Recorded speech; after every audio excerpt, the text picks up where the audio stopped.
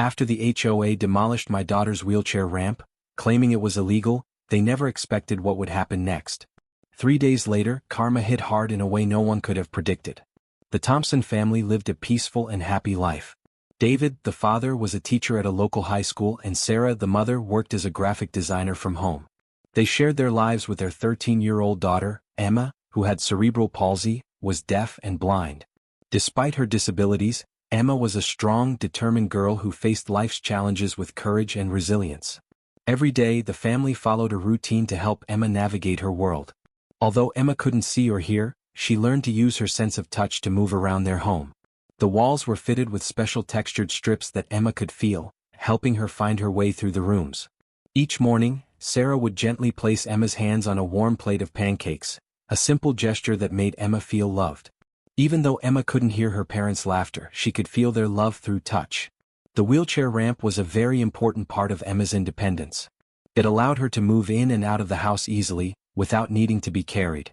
The ramp helped Emma go to the backyard or even take a walk outside with her parents. Without it, daily tasks like getting in and out of the house would have been much harder for everyone. The ramp wasn't just a physical tool, it gave Emma a sense of freedom. It allowed her to experience the world outside, and her family could relax, knowing she could move around more independently.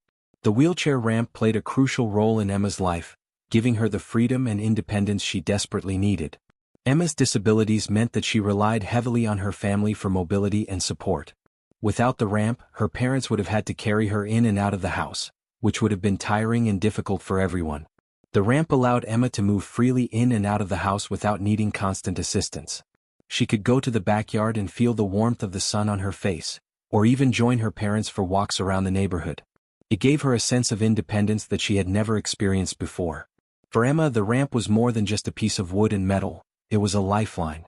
It allowed her to feel like a regular teenager, able to explore the world outside her home.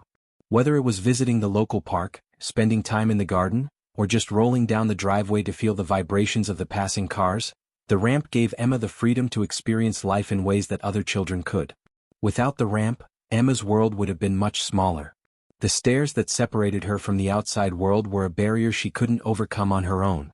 The impact of the ramp went beyond Emma. It had a huge emotional and physical effect on her parents, David and Sarah. Before the ramp, every time they needed to leave the house, they had to lift Emma and her wheelchair down the stairs. This was exhausting and left them physically drained. It also caused a lot of emotional stress, especially when they had to hurry for appointments or outings. The ramp took away that strain, making it much easier to manage daily routines.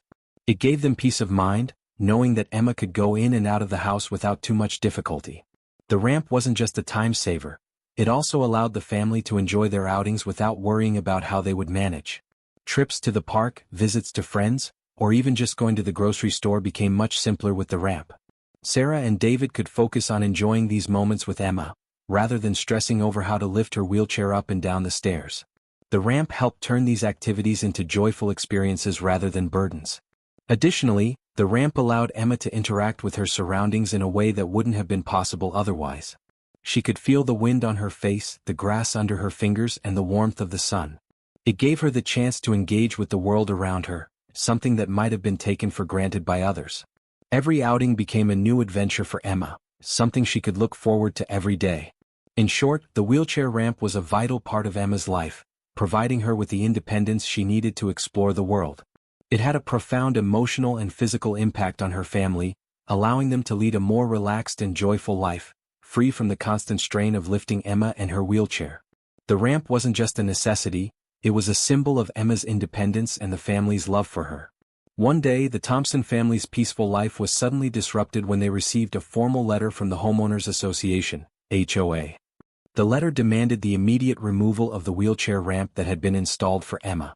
It claimed that the ramp was illegal because it was built without proper approval from the HOA's architectural committee. The family was stunned. They had installed the ramp years ago without any objections from the HOA or the neighbors. It had been an essential part of their home for Emma's mobility and independence. To suddenly hear that it was an issue left them confused and worried. At first, Sarah and David thought it might be a mistake. They had never received any complaints or warnings about the ramp before, so they assumed the HOA was confused or that it was a simple error in paperwork. They were hopeful that it could be resolved easily. The family reached out to the HOA to explain that the ramp was there for medical reasons, as Emma needed it to move in and out of the house. They even thought that perhaps the HOA had forgotten about the approval they had received when they initially installed the ramp. However, the situation quickly escalated.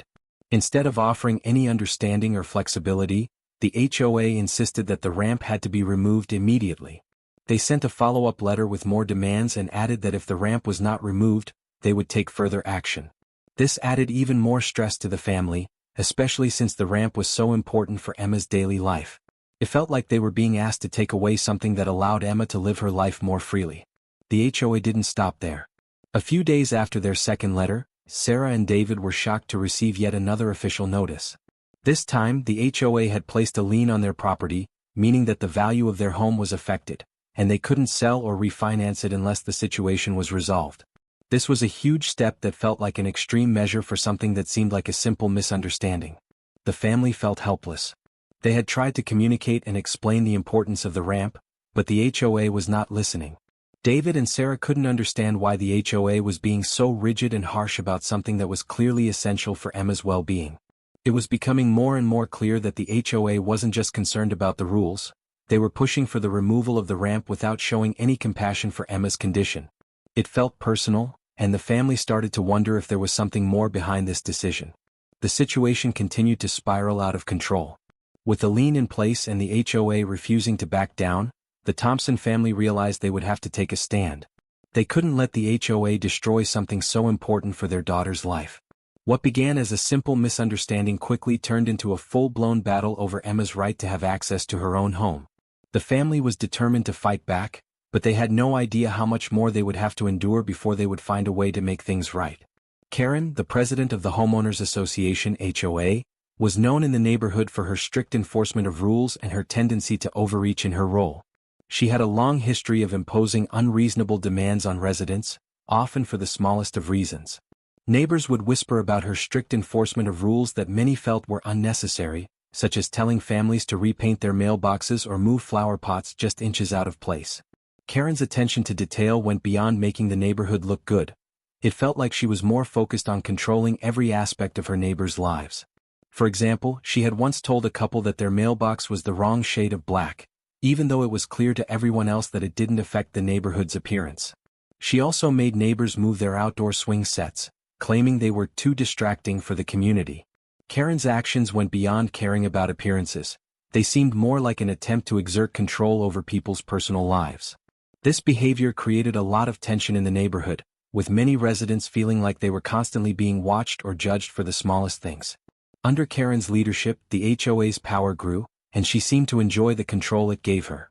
She had become a figure who would send violation notices for every little thing, even if it didn't cause any harm or inconvenience to others. Neighbors began to feel uncomfortable, knowing that any small change or action could result in a complaint from Karen. Many people started to avoid her, fearing that they would be the next targets of her micromanagement. When the Thompson family moved into the neighborhood and installed the wheelchair ramp for Emma, they didn't think much of it. The ramp had been there for years without any issues from the HOA or the neighbors. But when Karen became the president, things started to change. It seemed like the once tolerant HOA suddenly turned against them. It wasn't long before Karen made it clear that she didn't approve of the ramp, despite the fact that it had been installed years earlier and was necessary for Emma's independence. There was no official explanation for Karen's sudden push to remove the ramp, but many in the neighborhood began to speculate that Karen had a personal problem with the Thompsons. Some thought she was uncomfortable with the idea of a family who had a child with disabilities in the neighborhood. Others believed that Karen simply disliked the Thompsons because they weren't afraid to stand up to her when she overstepped. Regardless of the reason, it was clear that Karen's actions toward the Thompsons were more than just about enforcing rules. They felt personal. Karen's treatment of the Thompsons added to the growing tension in the neighborhood. Many residents were uncomfortable with the way she singled out this family, and some began to wonder if Karen's control over the HOA was becoming a problem for everyone.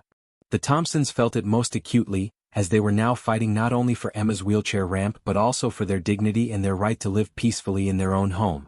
The day the ramp was demolished started like any other, but it quickly turned into a nightmare for the Thompson family. Sarah and David woke up early, not knowing that this would be the day that everything would change. As they went about their usual morning routine, there was an unexpected knock at the door. When Sarah opened it, she was met by a group of workers sent by the HOA. They had come with tools, ready to take down the ramp that had been a vital part of Emma's life for years. The workers told Sarah that they had strict orders to remove the ramp because the HOA had decided it violated the community's rules. Sarah and David were shocked. They tried to explain that the ramp was crucial for Emma's independence and that it allowed her to move freely in and out of the house. Emma, who was hearing and vision impaired, needed the ramp to get around safely. The family had already made every attempt to work with the HOA to keep the ramp, but nothing they said seemed to matter. The workers told them that they were only doing their job and had been instructed to follow through with the removal. David and Sarah pleaded with the workers to stop. They begged them to consider the impact this would have on Emma's life, but the workers remained unmoved. They kept telling the family that the ramp had to come down, and they began to prepare their equipment. The family's hearts sank as they realized the ramp they had fought so hard to keep was about to be destroyed. Emma, who had been sitting by the window, could feel the tension in the air. She couldn't hear what was happening, but she could sense the anxiety in her parents' voices. As the workers started tearing down the ramp, Sarah collapsed into tears, her hands covering her face in disbelief. She couldn't understand how anyone could be so heartless as to remove something so essential for Emma's well-being. David stood frozen for a moment, his fists clenched in frustration and anger, feeling helpless. The sound of the ramp being taken apart was like a punch to their hearts. Every piece of wood that was pulled away was a reminder of how much Emma had lost in that moment. Emma, sitting quietly by the window, slapped the armrest of her wheelchair in protest. Though she couldn't see or hear what was happening, she felt the vibrations in the house as the ramp was destroyed, and she knew something was wrong. She reached out with her hands, searching for the familiar feel of the ramp, but there was nothing. It was gone. The emotional toll on the Thompson family was immense. For Emma, the ramp was not just a piece of wood, it was a symbol of her freedom. It gave her the ability to move around the house and the outside world without relying on anyone to carry her. Losing the ramp felt like losing a part of herself. Sarah and David struggled to hold it together, their hearts breaking as they saw the impact it had on their daughter. They had fought for so long to give Emma as much independence as possible, but in that moment, they realized that the simple act of tearing down the ramp had taken away everything they had worked for. It felt like they were back at square one, with Emma's freedom once again restricted by the walls of their home. This was a devastating moment for the entire family, and the weight of what had just happened stayed with them long after the workers left. They were left staring at the empty space where the ramp once stood, feeling lost and hopeless. After the ramp was removed, life for the Thompson family became much harder. The ramp had been a key part of their daily routine, allowing Emma to move freely in and out of the house. Without it, the family faced many challenges. Every time Emma needed to go outside or even just move from one level of the house to another, David and Sarah had to lift her wheelchair and carry her up or down the stairs. This simple task, which had once been easy with the ramp, became exhausting and physically draining. David, who already had a busy work schedule, now had to come home and immediately focus on carrying Emma up and down the stairs. The strain was not only physical but emotional as well. Sarah felt guilty and frustrated as she watched her daughter struggle with her limited mobility. Emma, who had grown used to her independence, felt trapped. The simple act of going outside to feel the sun or visit the garden, something she had taken for granted, was no longer easy.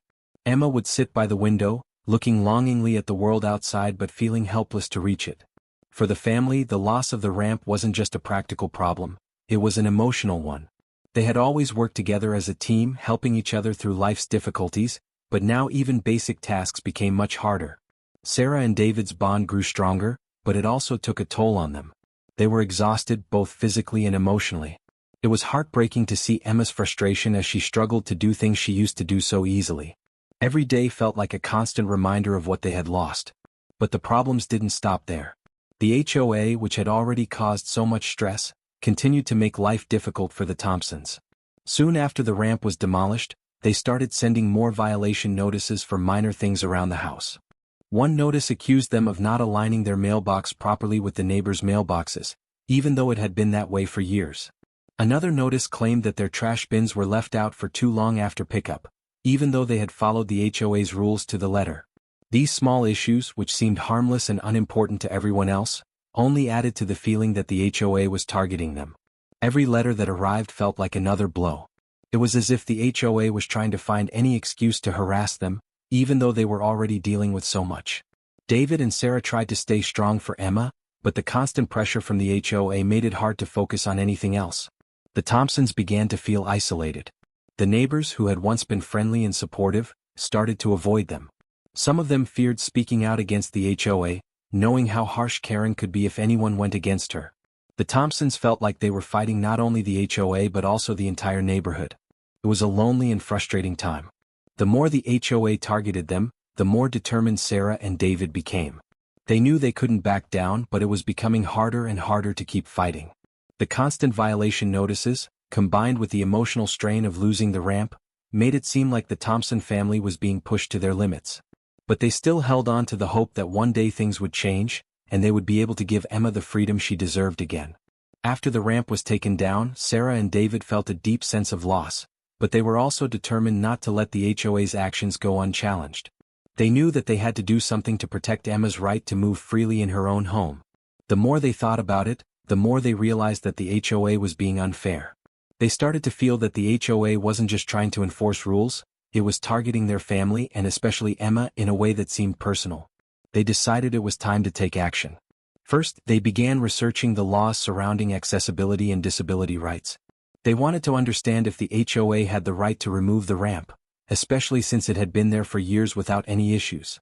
Sarah spent hours online reading about the legal protections that people with disabilities have, while David looked into local housing laws and HOA regulations. They found out that there were strict rules about accessibility in public spaces and private homes, especially for people with disabilities. They started to feel more confident that the HOA was in the wrong. They then decided to consult with a lawyer. After explaining the situation to the lawyer, Sarah and David were relieved to hear that the lawyer agreed with them. The lawyer told them that the HOA's actions were likely violating a key law called the Americans with Disabilities Act, ADA. The ADA is a federal law that protects people with disabilities from discrimination. One of its main points is that people with disabilities must have equal access to their homes and public spaces, which includes things like wheelchair ramps. The lawyer explained that by forcing the Thompsons to remove the ramp, the HOA was denying Emma's right to move around her own home freely and safely. According to the ADA, it's illegal to prevent someone with a disability from making reasonable modifications to their property if those modifications are necessary for their daily life. The lawyer pointed out that the ramp was a reasonable modification for Emma, and the HOA had no legal right to take it away. The lawyer also said that the HOA could face serious consequences if they continued their actions. Not only could the Thompsons take legal action against the HOA, but the HOA could also be forced to compensate the family for the emotional and financial hardship they had caused. This discovery gave Sarah and David a new sense of hope. They felt like they had found a way to fight back against the injustice they had been facing. With the lawyer's advice, the Thompsons decided to move forward with legal action. They would fight for Emma's right to have the ramp and for their family to be treated fairly. It was a big decision, but they knew they had to stand up for what was right. They also knew that if they didn't take action, the HOA would continue to make life difficult for them, and they couldn't let that happen. Sarah and David were ready to take on the HOA, knowing they had the law on their side and the strength of their family behind them. The Thompson family's decision to take legal action against the HOA led them into a long and emotional court battle. The family knew this would not be easy, but they were determined to stand up for Emma's rights and to fight for their family's dignity. The court case would not only be about the ramp but also about holding the HOA accountable for their actions. When the case finally went to court, it was an overwhelming experience for Sarah and David. The courtroom was full of people, some there to support them and others to see how the case would unfold. They were nervous, but they knew they had the truth and the law on their side. The lawyer who had been advising them led the proceedings, presenting their case to the judge. He began by explaining that the removal of the ramp violated Emma's rights under the Americans with Disabilities Act, ADA. The lawyer made it clear that the ramp was not just an inconvenience. It was necessary for Emma's safety and independence. Sarah and David both took the stand to give their emotional testimonies. Sarah spoke first, her voice shaky but strong. She told the court about the challenges Emma faced every day due to her disabilities. She talked about how the ramp had allowed Emma to go outside and experience the world, something that was vital for her well-being. Sarah explained that without the ramp, Emma's life had become more restricted, and the family's daily routine had been turned upside down. She recalled the difficult days after the ramp was taken down when they had to carry Emma up and down the stairs just to get her out of the house. It was exhausting for everyone, but it was especially hard for Emma. Sarah wiped away tears as she described how Emma, once so independent, now felt trapped inside the house. David also gave an emotional testimony. He talked about the love he had for his daughter and how he would do anything to make her life easier. He explained that the ramp wasn't just a physical structure, it was a symbol of Emma's independence. He described the fear he felt when they received the letter from the HOA demanding the ramp's removal and the anger they both felt when the HOA didn't seem to care about Emma's needs. He told the court that they weren't just fighting for the ramp, they were fighting for Emma's right to live a full life. To strengthen their case, the Thompsons had called on a few of their neighbors to testify as well. These neighbors had seen the importance of the ramp in the family's daily life. One neighbor, Mrs. Lopez, spoke about how she had often seen Emma rolling around the yard, enjoying the sunshine and feeling the vibrations of the passing cars. Mrs. Lopez testified that she had never seen the ramp as an eyesore or as a problem. She also shared how the Thompsons had always been kind and respectful to their neighbors, and how they had done everything they could to fit into the community. The lawyer also presented legal arguments, citing the ADA and how the HOA's actions clearly violated the rights of a person with a disability. The lawyer argued that the removal of the ramp wasn't just an inconvenience, it was a direct denial of Emma's ability to live independently. The lawyer pointed out that the HOA had not followed the proper legal processes for addressing a concern of this nature and had ignored the fact that the ramp was necessary for Emma's well-being. Then it was Karen's turn to testify. As the president of the HOA, Karen took the stand with confidence, but her testimony quickly revealed her personal bias against the Thompsons. She argued that the ramp was an eyesore and that it violated the community's aesthetic standards. She claimed that the HOA had every right to demand the ramp's removal and insisted that the rules were rules, no matter the situation. However, when cross-examined by the Thompsons' lawyer, Karen struggled to defend her actions. The lawyer asked Karen why she hadn't raised any objections to the ramp when it was first installed years ago, and why she had waited until now to demand its removal. Karen was unable to provide a clear answer. The lawyer also pointed out that, as HOA president, Karen had been involved in numerous disputes with other residents over trivial matters like flower pots and mailboxes, which only raised questions about her true motives. It became clear that Karen's decisions were not based on fairness but on her need to control and impose her personal preferences on others. As the trial went on, more was revealed about Karen's behavior. The lawyer brought up emails Karen had sent to the HOA board members, where she had called the ramp an embarrassment, and said that it had to be removed at all costs. Karen had even made remarks about how the ramp made the neighborhood look bad, and expressed personal dislike for the Thompsons. It became clear that Karen wasn't simply enforcing community rules, she was targeting the Thompsons for reasons that went beyond the ramp itself. The judge, after listening to all the testimony, deliberated for a short while before delivering a ruling. The judge ruled in favor of the Thompsons. The decision was a victory not only for Sarah, David, and Emma but for anyone who had ever been unfairly treated by the HOA. The judge ordered the removal of the lien on the Thompson family's property and awarded them compensation for the emotional and financial hardship they had suffered. Most importantly, the judge removed Karen from her position as HOA president. The judge determined that Karen had abused her power and acted in a biased and discriminatory manner. The ruling made it clear that the HOA could no longer operate under her leadership, and that the organization would need to re-evaluate its policies to ensure fairness and compliance with disability laws. The courtroom erupted in applause as the judge's decision was read aloud. Sarah and David hugged each other, tears streaming down their faces, as they realized they had won not just for themselves but for Emma and anyone who had ever been treated unfairly by the HOA. The victory was bittersweet. While they were relieved to have the ramp back and to have stood up to the HOA, they knew the battle had been difficult and painful. In the end, the Thompsons' determination and courage had paid off, and Karen's abuse of power was exposed. It was a powerful moment of justice, and the victory sent a strong message to the entire community that fairness and equality would always come first. After the court ruling, Karen's world began to fall apart. The judge's decision to remove her from her position as HOA president was only the beginning of her downfall. The truth about her actions, including her misuse of power and personal vendettas against the residents, started to come to light. The very things Karen had tried to hide were now being exposed one by one. An investigation was launched into Karen's actions as HOA president. It didn't take long for officials to uncover several serious problems. Karen had been using HOA funds for personal projects without approval, including landscaping her own property and making costly improvements to her yard, all paid for by the HOA's budget. These actions were completely illegal and a direct violation of the trust that residents had placed in her. The investigation also revealed that Karen had been unfairly targeting certain residents, especially those who didn't fit her narrow view of what the neighborhood should be like. She had a history of issuing violation notices to families for trivial matters, like the way they decorated their homes or the height of their hedges. But when it came to things that truly mattered, like accessibility for people with disabilities, Karen had shown no compassion or understanding. As these details came to light, Karen's reputation among the community began to crumble. Neighbors who had once been too afraid to speak out against her now felt empowered. They had seen the way Karen treated the Thompsons, and they knew they couldn't stay silent any longer. The investigation and the court ruling had shown the true nature of her leadership, and many neighbors began to rally around the Thompsons, offering their support. The community, once divided by fear of Karen's power, started to come together. People who had never spoken to the Thompsons before now reached out to offer apologies for not standing up for them sooner. Many neighbors had quietly disagreed with Karen's strict enforcement of HOA rules, but they had been too afraid to speak out against her. Now, with Karen's downfall, they felt free to support the Thompsons and stand up for what was right. A few of the Thompsons' neighbors even took it a step further.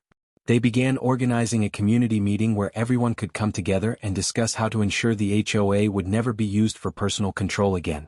This meeting was not only about the ramp and Karen's actions, but about creating a neighborhood where fairness and respect for everyone's rights were the top priorities. The community wanted to ensure that no one would be discriminated against again, and they wanted to protect families like the Thompsons from future injustice. It was a powerful moment. The Thompsons, who had once felt isolated and alone in their fight against the HOA, now saw the support of their neighbors. The people who had been too afraid to speak up before were now standing with them, celebrating their victory. This sense of unity was a victory in itself. It showed that when people came together and stood up for what was right, they could make real change. Karen's fall from power was a clear sign that her reign of control had come to an end.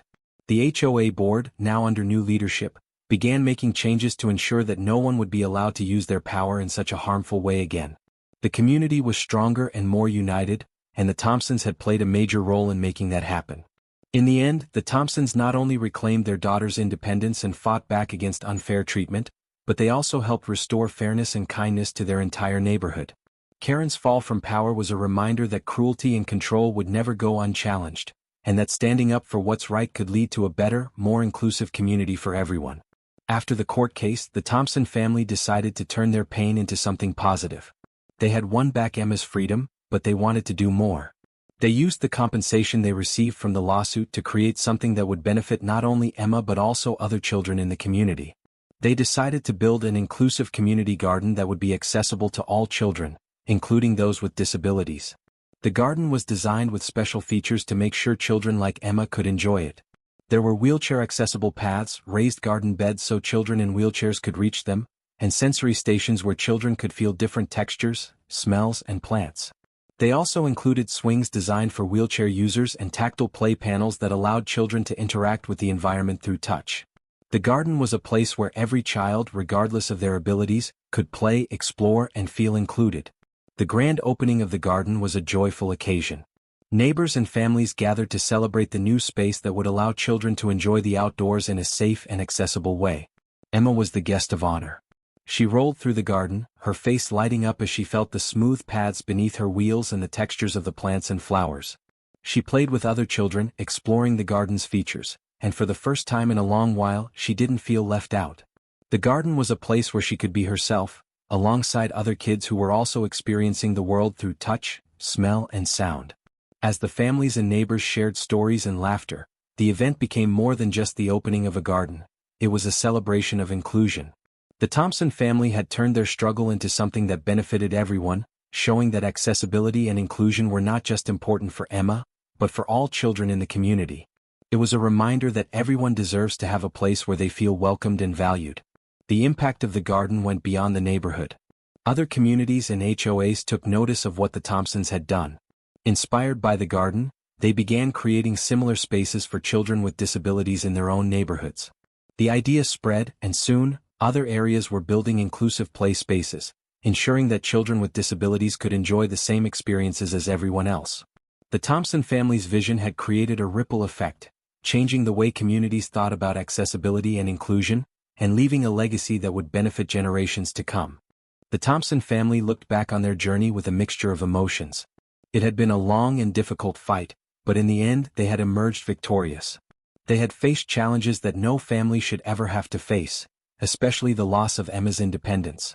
But through their determination and resilience, they had not only won the right to have Emma's wheelchair ramp back, but they had also made a lasting difference in their community. Their daughter's independence was regained, and the Thompson family was able to move forward without the constant struggle they had faced for so long. Emma could once again enjoy the simple pleasures of going outside and feeling the sun on her face. The ramp, which had been such an important part of her life, was more than just a way to get in and out of the house. It was a symbol of her freedom. The victory didn't just give Emma back her independence, but it also gave Sarah and David peace of mind, knowing they could provide their daughter with the best life possible. What made the victory even sweeter was the way it brought the community together. The Thompsons had started this battle alone, but in the end they had the support of their neighbors who rallied behind them in the face of Karen's harsh leadership.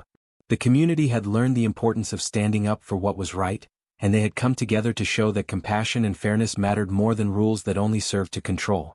The inclusive community garden they created was a shining example of how unity could turn pain into progress.